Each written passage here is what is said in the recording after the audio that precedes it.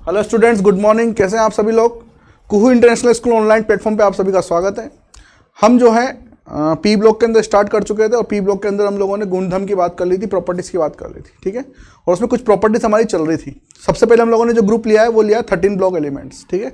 13 block के तत्व, उसमें कौन कौन आता है। बोरोन आता है, एल्यूमिनियम आता है, गैलियम, इंडियम और थेलियम, ठीक है। उसको याद कैसे किया था हम लोगों ने, बैंगन आलू गाजर इन थैला, ठीक है। अब उसके अंदर हम लोगों ने कल लास्ट में एक प्रॉपर्टी हमारी रह गई थी और वो प्रॉपर्टी थी डीडी संकुचन, ठीक है। सॉरी फॉर डेट, कल लाइट चली गई थी लास्ट टाइम पे, लेकिन आपका टॉपिक जो है मैंने कंप्लीट कर दिया था, बस उसकी जो है डेफिनेशन हमारी बाकी रह गई है, ठीक है। तो हमारा जो लास्ट टॉपिक था उसके अंदर हम लोगों ने यहाँ पे छोड़ दिया था लिखकर डीडी संकुचन, ठीक है। हमारा चल रहा था मेटेलिक रेडियस, और मेटेलिक रेडियस में हम लोगों ने देखा कि जो ओरिजिनल जो आपका ऑर्डर होना चाहिए, क्रम जो होना चाहिए वो ये होना चाहिए, ठीक है। ऊपर से नीचे आने पर जो धात्विक त्रिज्या है वो बढ़नी चाहिए, मेटेलिक रेडियस क्या होनी चाहिए, इंक्रीज होनी चाहिए। बट यहां पर इस जगह पर क्या आ गया था बच्चों, अपवाद आ गया था, ठीक है। एक्सेप्शन आ गया था यहां पर, और वो एक्सेप्शन क्या था कि गैलियम जो है उसकी मेटेलिक रेडियस एल्यूमिनियम से कम हो जाती है, जबकि ओरिजिनली क्या होनी चाहिए, ज्यादा होनी चाहिए। तो उसके पीछे हम लोगों ने रीजन देखा था कि यहां पर गैलियम के अंदर की तरफ आपने इसका इलेक्ट्रॉनिक कॉन्फ़िगरेशन देखा होगा, तो वहां पे हम लोगों ने बताया है कि गैलियम के अंदर की तरफ वहां पे 3d10 इलेक्ट्रॉन्स आ जाते हैं, ठीक है। ये 3d10 इलेक्ट्रॉन्स क्या होते हैं, फुलफिल्ड होते हैं, बिल्कुल मतलब पूर्ण पूरित कक्षक होते हैं, वहां पर फुलफिल्ड ऑर्बिटल होते हैं। उसकी वजह से क्या होता है कि ये जो डी ऑर्बिटल है उसकी जो शेप है वो लगभग इस तरीके की होती है, और जो डी ऑर्बिटल होते हैं वो इस तरीके से आपके अरेंजमेंट होते हैं उनके। अब ये जरूरी नहीं कि आप इसके अंदर dx dy dz लो, है ना, dx स्क्वायर वाई स्क्वायर भी ले सकते हो, जो आपकी मन करे, ठीक है।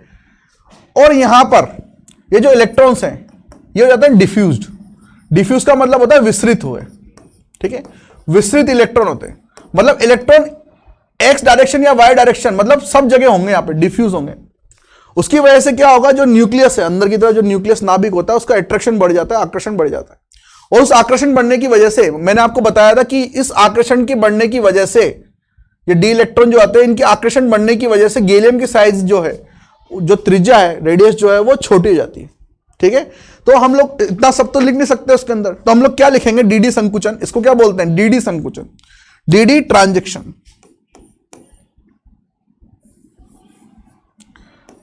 डीडी कॉन्ट्रैक्शन भी बोलते हैं इसको,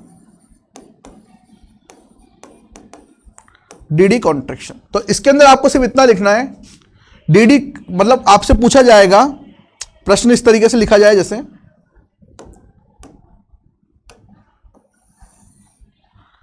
प्रश्न आपको बोला जाए, क्वेश्चन, कि गैलियम की धात्विक त्रिज्या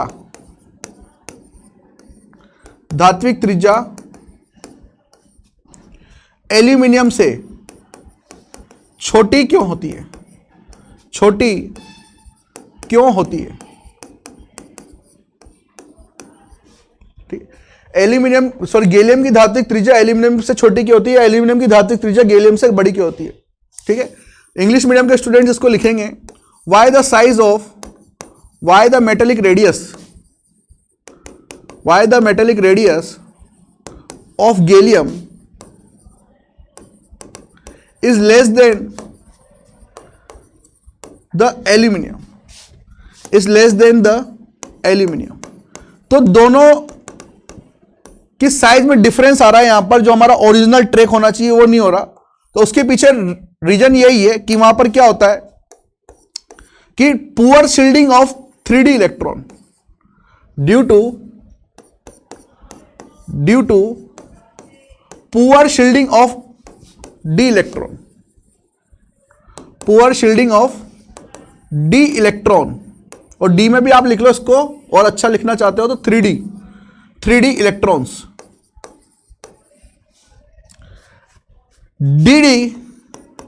D contraction is active,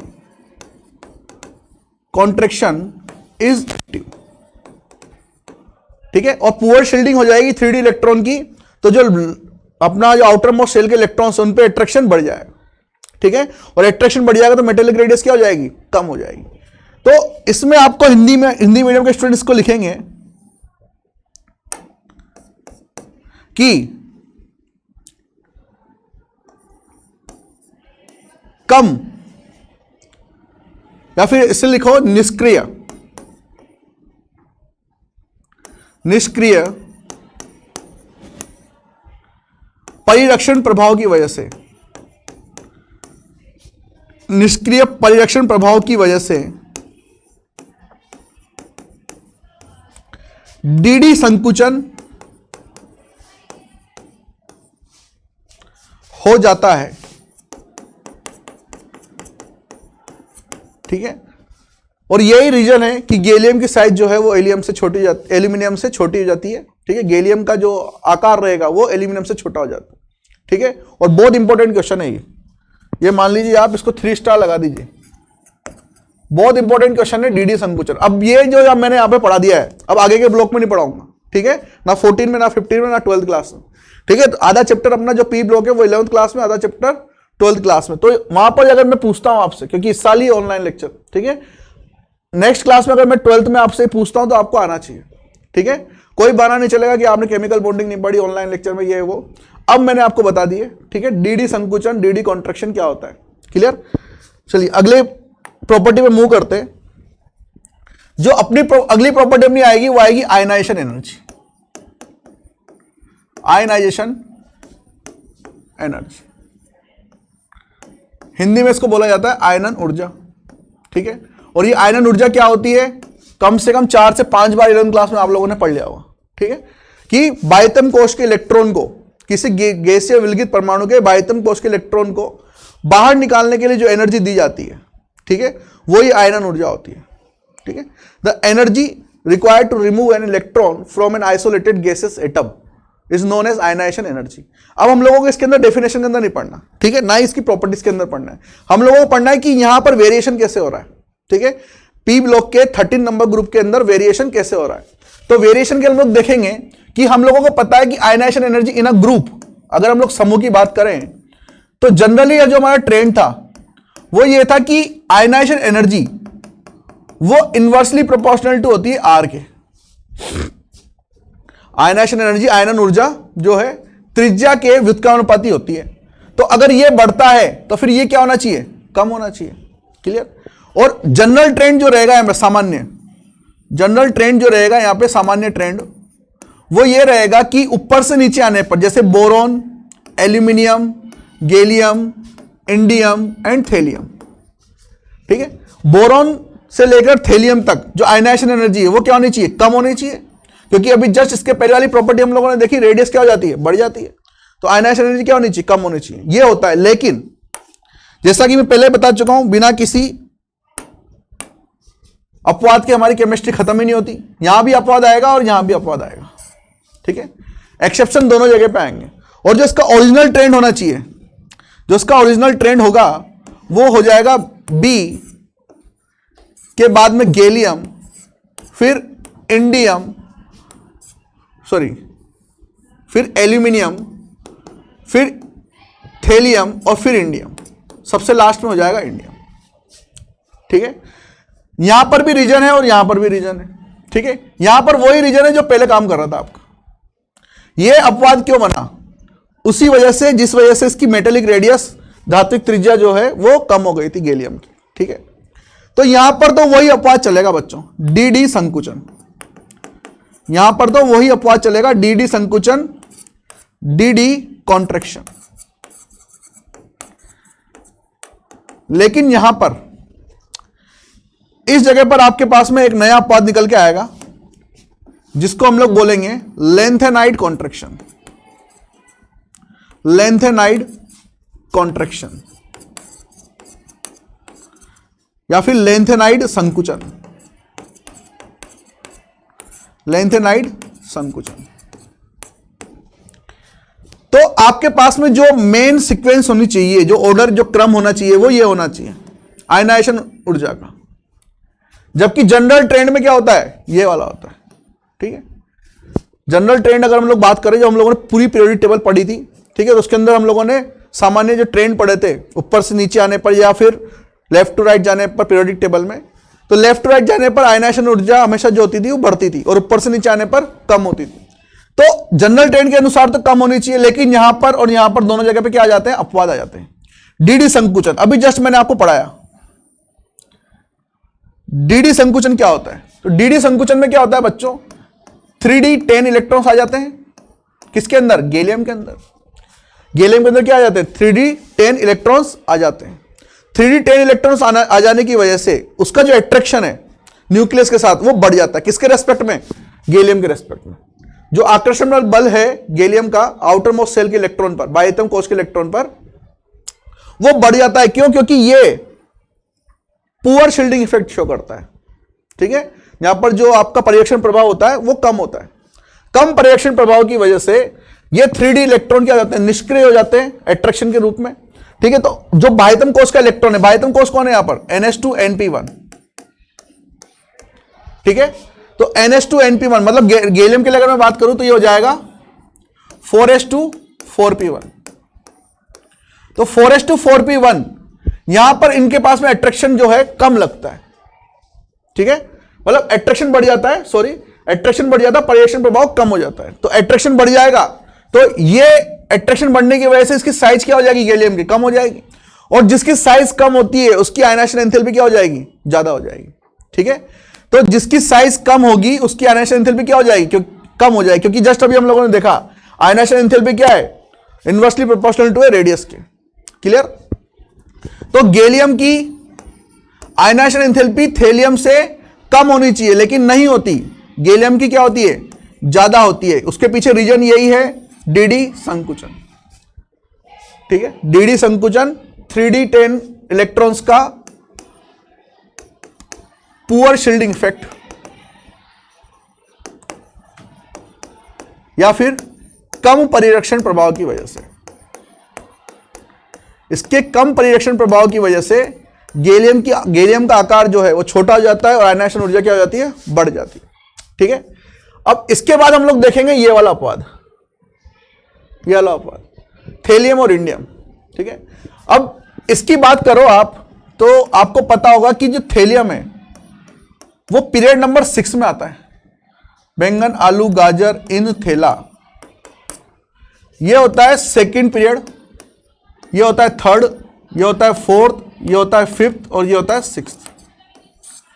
sixth period में आपको पता हो तो वहां पर एक और तरह के एलिमेंट्स आ जाते हैं, तत्व आ जाते हैं, जिनको हम लोग बोलते हैं 4f। ठीक है, सिक्स्थ पीरियड में एक और एलिमेंट्स के तत्व आ जाते हैं थर्ड ग्रुप के बाद में, इनको बोलते हैं हम लोग 4f। ठीक है, लेंथेनाइट सीरीज बोलते हैं इसको बोलते हैं लेंथेनाइट सीरीज, लेंथेनाइट श्रेणियां। तो लेंथेनाइट सीरीज मतलब 4f। ठीक है, 4f के एलिमेंट्स यहां पर आ जाते हैं। 4f में भी कितने इलेक्ट्रॉन, 14 टोटल मिला के 14 एलिमेंट्स आएंगे, तत्व आएंगे, क्योंकि यहां पर इसके पास इलेक्ट्रॉन कितने होते हैं, 14 होते हैं। और मैंने कल आपको एक चीज समझाई थी कि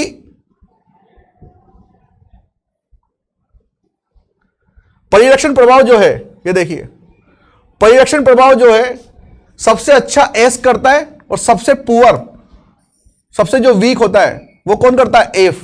मतलब एफ तो डी से भी भारी निकला है ना। एफ का परिरक्षण प्रभाव तो डी से भी बहुत कम होता है। तो अगर एफ का परिरक्षण प्रभाव बहुत कम होगा तो वो किसके ऊपर इफेक्ट करेगा, थेलियम के ऊपर इफेक्ट करेगा। वो किसके ऊपर इफेक्ट करेगा, थेलियम के ऊपर इफेक्ट करेगा। इसका मतलब जो थेलियम का आकर्षण है वो ज्यादा हो जाएगा किसके रेस्पेक्ट में, इंडियम के रेस्पेक्ट में। ठीक है, अगर ये इलेक्ट्रॉन किसके अंदर आ गए, थेलियम के अंदर आ गए, इसमें नहीं है 4f किसमें, इसमें आ गए, तो इसका आकर्षण बल एकदम से इससे ज्यादा हो जाएगा। इसके जो बाह्यतम कोश में इलेक्ट्रॉन है इनके ऊपर जो आकर्षण बल लग रहा है वो इंडियम के इलेक्ट्रॉनों से ज्यादा हो जाएगा। और जब इंडियम के इलेक्ट्रॉनों से ज्यादा हो गया तो इसके लिए हमें क्या करनी पड़ेगी, ज्यादा आयनाइजेशन ऊर्जा, आयनाइजेशन एनर्जी देनी पड़ेगी। ठीक है, तो किसका मान ज्यादा हो जाएगा, थेलियम का, किससे, इंडियम से। इसको हम लोग बोलते हैं लेंथेनाइट सीरीज। ठीक है, लेंथेनाइट कॉन्ट्रैक्शन, इसको हम लोग बोलेंगे लेंथेनाइट कॉन्ट्रैक्शन, जो लेंथेनाइट सीरीज के पुअर शील्डिंग की इफेक्ट की वजह से दिखाई देता है। ठीक है, तो लेंथेनाइट सीरीज क्या, लेंथेनाइट कॉन्ट्रैक्शन क्या होता है, डीडी कॉन्ट्रैक्शन क्या होता है, ये आपको समझ में आ गया होगा। लेंथेनाइट कॉन्ट्रैक्शन जो है वो 4f के पुअर शील्डिंग की वजह से होता है और डीडी कॉन्ट्रैक्शन जो है वो 3d के पुअर शील्डिंग की वजह से होता है। ठीक है, बस आपको इतना ध्यान रखना है कि यहां पर दो अपवाद मिलेंगे आपको आयनाइजेशन एनर्जी के अंदर, एक मिलेगा गैलियम और एल्यूमिनियम में और एक मिलेगा थेलियम और इंडियम में। ठीक है, थेलियम और इंडियम में नीचे की तरफ जो मिल रहा है वो है लेंथेनाइट कॉन्ट्रैक्शन, और ये जो मिलेगा ये सिर्फ कहां मिलेगा, डीडी कॉन्ट्रैक्शन की वजह से। अब दोनों में खास बात ये है, दोनों में डिफरेंस क्या होता है, क्या ये सारे ग्रुप में एक जैसे लगेंगे? तो देखो, अगर मैं बात करूं बैंगन, आलू, गाजर इन थैला, और इधर की साइड आएगा कहे शिव जी, सुने पार्वती, यहां पे आ जाएगा नाना पाटेकर, ऐश्वर्या सब बीमार। ठीक है, ये आगे चलता रहेगा, फ्लोरीन, क्लोरीन, ब्रोमीन, आयोडीन, और इधर आ जाएगा आपके पास में neon, argon, krypton, xenon, radon, ये 80 आता है यहां पे। ठीक है, जो हमारा लेंथेनाइट कॉन्ट्रैक्शन है वो आगे तक चलता है, और जो डीडी कॉन्ट्रैक्शन है वो सिर्फ यहीं रह जाता है। इधर की साइड आएंगे हमारे 3D 10 इलेक्ट्रॉन्स, इसके बाद में जो गैलियम और एल्यूमिनियम है बस यहीं तक ही, इस 13 नंबर के ग्रुप तक ही, पी ब्लॉक में यहीं तक ही डीडी कॉन्ट्रैक्शन चलता है, जबकि जो हमारा लेंथेनाइट कॉन्ट्रैक्शन है वो आगे तक चलता है यहां तक। ठीक है, यहां पे इसलिए निष्क्रिय हो जाता है लेंथेनाइट कॉन्ट्रैक्शन, क्योंकि यहां पर जो फोर्स लगते हैं उनको हम लोग बोलते हैं वांडरवाल फोर्स, वांडरवाल बल, इसलिए वो यहां तक अप्लाई नहीं हो पाता, लेकिन यहां तक जरूर अप्लाई होगा। तो इसका मतलब ये रहेगा कि हमेशा आयनाइजेशन एनर्जी जो रहेगी वो इसकी इनसे ज्यादा रहेगी, इसकी भी इससे ज्यादा रहेगी, इसकी भी इससे ज्यादा रहेगी, और इसकी भी इससे ज्यादा रहेगी। ठीक है, तो आयनाइजेशन एनर्जी के लिए जो अपवाद है वो लेंथेनाइट कॉन्ट्रैक्शन है, जो पी ब्लॉक में हर ग्रुप में चलेगा 17 तक। ठीक है, तो लेंथेनाइट कॉन्ट्रैक्शन इसका मतलब ये हुआ कि वो ज्यादा स्ट्रॉन्ग हुआ किससे, डीडी कॉन्ट्रैक्शन से। लेंथेनाइट कॉन्ट्रैक्शन जो है वो डीडी कॉन्ट्रैक्शन से ज्यादा स्ट्रॉन्ग है। अगर मैं आपको स्ट्रेंथ की बात करूं यहां पर, स्थायित्व की, तो जो आपका लेंथेनाइट कॉन्ट्रैक्शन है, मतलब लेंथेनाइट संकुचन,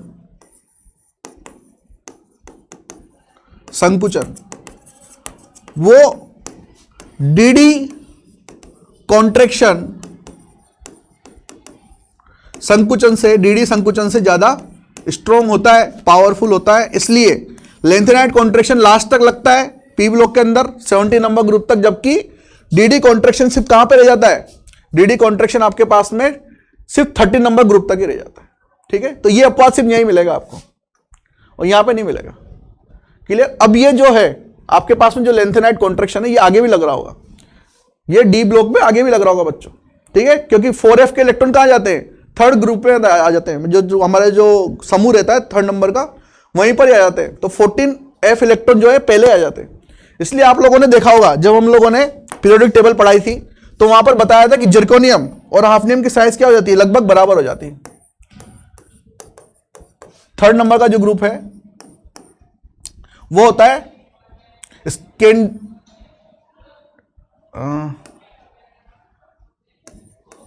स्कूटर, यामा, लाओ, एसी, पढ़ा होगा आप लोगों ने। ये था हमारे पास में स्कैंडियम, यूबिडियम, लेंथेनियम, ठीक है, और एक्टेनियम। ये होता है हमारे पास में थर्ड ग्रुप, और इधर की साइड हमारे पास में होता है फोर्थ ग्रुप।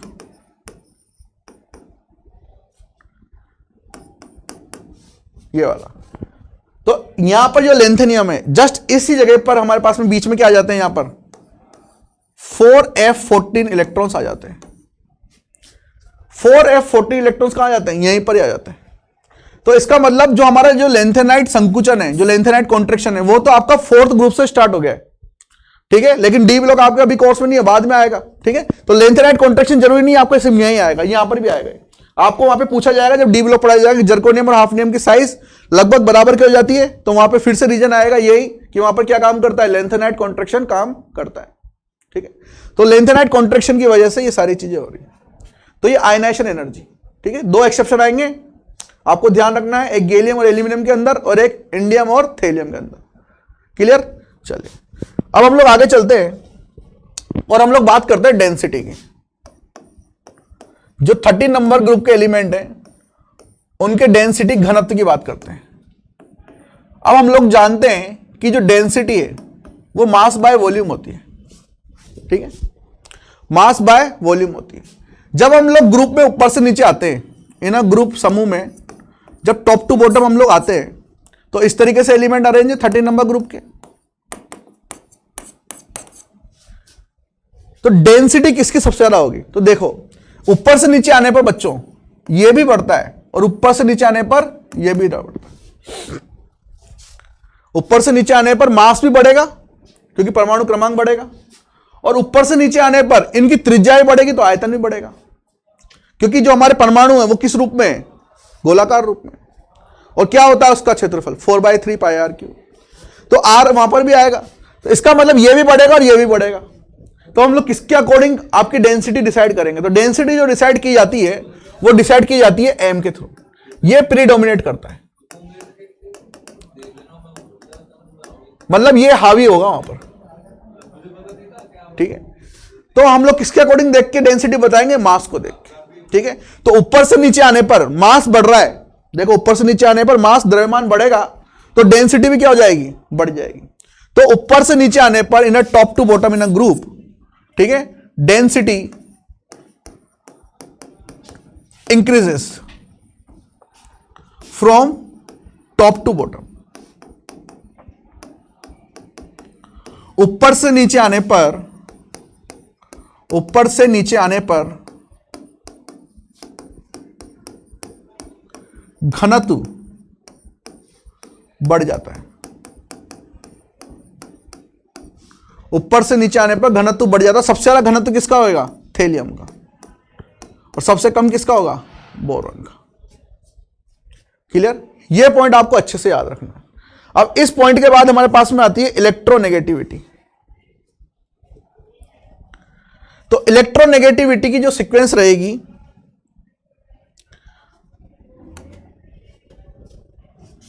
इलेक्ट्रोनेगेटिविटी,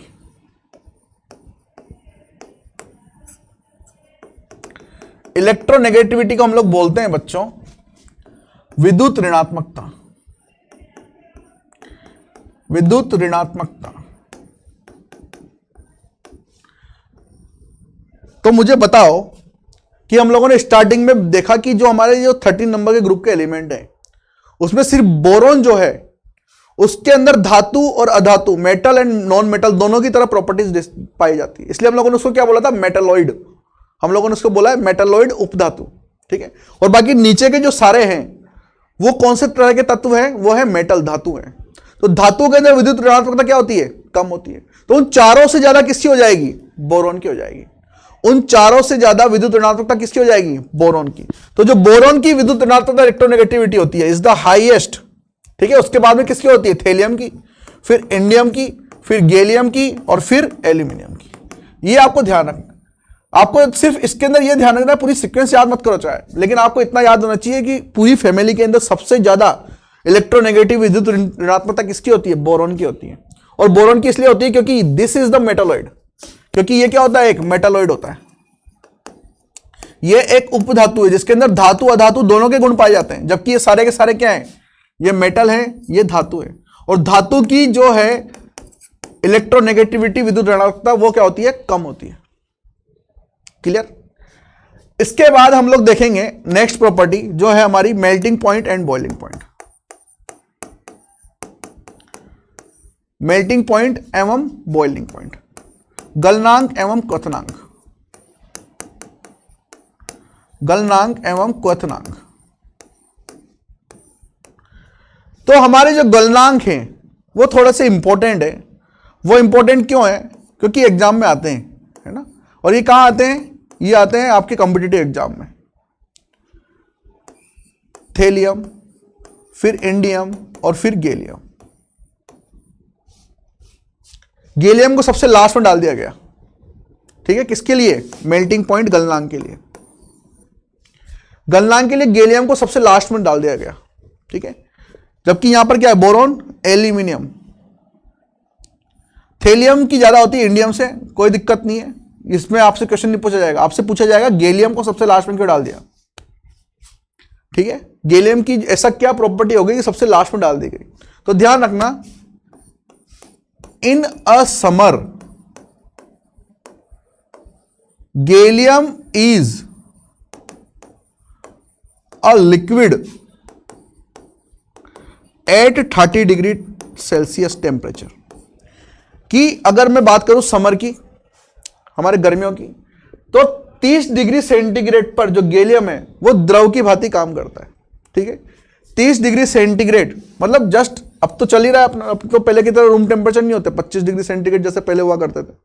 ठीक है, अब तो हमारा जो है हमेशा 27, 28, 29, 30 इतना ही रहता है। तो मतलब कमरे के तापमान पर, लगभग कमरे के तापमान पर भी गैलियम क्या होगा, गर्मियों में एक लिक्विड की तरह काम करेगा। और जब वो लिक्विड की तरह काम करेगा तो उसका गलनांक क्या हो जाएगा, सबसे कम हो जाएगा, उसका मेल्टिंग पॉइंट क्या हो जाएगा, सबसे कम हो जाएगा। तो क्वेश्चन यही पूछा जाता है कि हम लोग जब पूरे पीरियड में देखते हैं, मतलब पूरे ग्रुप के अंदर देखते हैं, तो बोरॉन की सबसे ज्यादा होनी चाहिए। तो हो सकता, ऑब्वियसली बात है कि गैलियम की भी ज्यादा होनी चाहिए क्योंकि 3rd नंबर का तो एलिमेंट है। लेकिन गैलियम की सबसे कम हो जाती है क्योंकि समर में उसका जो है 30 डिग्री कमरे के तापमान पर कैसे पाया जाता है, वो एक द्रव की तरह पाया जाता है। ठीक है, तो कई बार आपने देखा होगा, आप भी तो थर्मामीटर जो आते हैं उसके अंदर मर्क्यूरी भरी जाती है ना। अब नए थर्मामीटर आ रहे हैं बच्चों, नए थर्मामीटर मतलब इलेक्ट्रॉनिक थर्मामीटर। ठीक है, देखा होंगे आप लोगों ने दुकान में जो मिल रहे हैं, तो उसके अंदर पॉइंट जो रहता है, वो पॉइंट जो बनाया जाता है वो गैलियम का बनाया जाता है। ठीक है, वो पॉइंट जो बनाया जाता है वो गैलियम का बनाया जाता है। पहले हम लोग जब थर्मामीटर लेते थे उसमें ऊपर की तरफ चढ़ता था मर्क्यूरी, पारा। ठीक है, अब जो नए थर्मामीटर आ रहा है उसके अंदर पॉइंट जो है वो गैलियम का बनाया जाता है, गैलियम धातु लगी रहती है। ठीक है, उसका रीजन यही है कि वो आपको क्या करेगा, आप जैसे बॉडी के अंदर आपके अंदर जाएगा, टेम्परेचर मेजर करेगा, और टेम्परेचर मेजर करने के बाद वो एकदम से पिघल जाएगा। उसका जो पॉइंट रहता है अंदर की तरफ, पॉइंट बाहर नहीं, जैसे आप पेंसिल की पॉइंट मत समझना, या अंदर की तरफ भरा रहता है वो। ठीक है, तो वो पिघल जाएगा और ऊपर की तरफ जाएगा, और जैसे वो ऊपर की तरफ जाएगा तो जो आपकी वो जो रेंज है वो बढ़ती जाएगी, टेम्परेचर बढ़ता जाएगा। तो डिजिटली मैपिंग हो रही है आजकल, ऐसे थर्मामीटर आ रहे हैं। ठीक है, तो उसके अंदर गैलियम भरे गए आजकल नए थर्मामीटर के अंदर, पहले मर्क्यूरी भरा जाता था। उसका रीजन यही है कि ये 30 डिग्री सेंटीग्रेड पे भी क्या हो जाता है, लिक्विड की तरह काम कर लेता है। और दूसरी बात ये है कि ये जो गैलियम है ये मर्क्यूरी से सस्ता मिलता है। ठीक है, मर्क्यूरी जो है वो थोड़ा सा महंगा है, और उससे भी सस्ता क्या मिल गया हमें, अब गैलियम मिल गया। क्लियर। अब इसके अंदर जो हमारा बॉइलिंग पॉइंट का जो रहेगा, बॉइलिंग पॉइंट की जो सीक्वेंस रहेगी वो रहेगी बोरॉन, एल्यूमिनियम, गैलियम, इंडियम और थेलियम। ये इसमें कोई चेंजेस नहीं होंगे। इसमें चेंजेस क्यों नहीं होंगे, क्योंकि ये बॉइलिंग पॉइंट जो है वो किस पे डिपेंड करता है, वो डिपेंड करता है मास पे। ठीक है, बॉइलिंग पॉइंट किस पे डिपेंड करता है, मास पे। क्लियर। मास जैसे जैसे ज्यादा जाएगा वैसे वैसे उसका जो है शेप बढ़ता जाएगा, शेप बढ़ता जाएगा, जो पार्टिकल्स है, जो अणु है, वो दूर दूर फैलते जाएंगे। थोड़े से दूर दूर हुए तो हमको आसानी से जगह मिल जाती है कि हम लोग क्या करें, वहां पे कम टेम्परेचर पे भी काम कर लें। ठीक है, लेकिन जितनी क्रिस्टल की छोटी साइज होगी उसके पार्टिकल्स और भी ज्यादा क्लोज होंगे, और ज्यादा क्लोज होंगे तो मुझे क्या करनी पड़ेगी, वहां पर ज्यादा टेम्परेचर बढ़ाना पड़ेगा, तो वहां पे बॉइलिंग पॉइंट क्या हो जाता है, ज्यादा हो जाता है। क्लियर। तो ये आज आपकी सारी प्रॉपर्टी खत्म हो गई है 13 नंबर ग्रुप के एलिमेंट्स की। कल ये फिजिकल प्रॉपर्टीज, ठीक है, कल हम लोग जो पढ़ेंगे वो होगी हमारी chemical properties. Clear. Chemical properties, उसके बाद में फिर हम लोग पढ़ेंगे इनके कंपाउंड्स। तो हमारा एक पहले हम लोग करेंगे इस बार 13 नंबर ग्रुप खत्म, और फिर उसके बाद करेंगे 14 नंबर ग्रुप खत्म। तो 13 ग्रुप की पहले प्रॉपर्टी, फिर कंपाउंड, फिर 14 की फिर प्रॉपर्टी, फिर कंपाउंड। ठीक है, इस तरीके से हमारा चैप्टर की जो है वो खत्म हो जाएगा। क्लियर। और यहां पे मुझे ज्यादा बताने की जरूरत है नहीं, क्योंकि हम लोगों ने अच्छे से एस ब्लॉक के अंदर काम किया हुआ है। ठीक है, प्रॉपर्टीज का। तो आज के लिए हम लोग इतने रखते हैं, कल फिर मिलते हैं। नोट्स बनाते रहिए, क्वेश्चन करते रहिए। Thank you very much.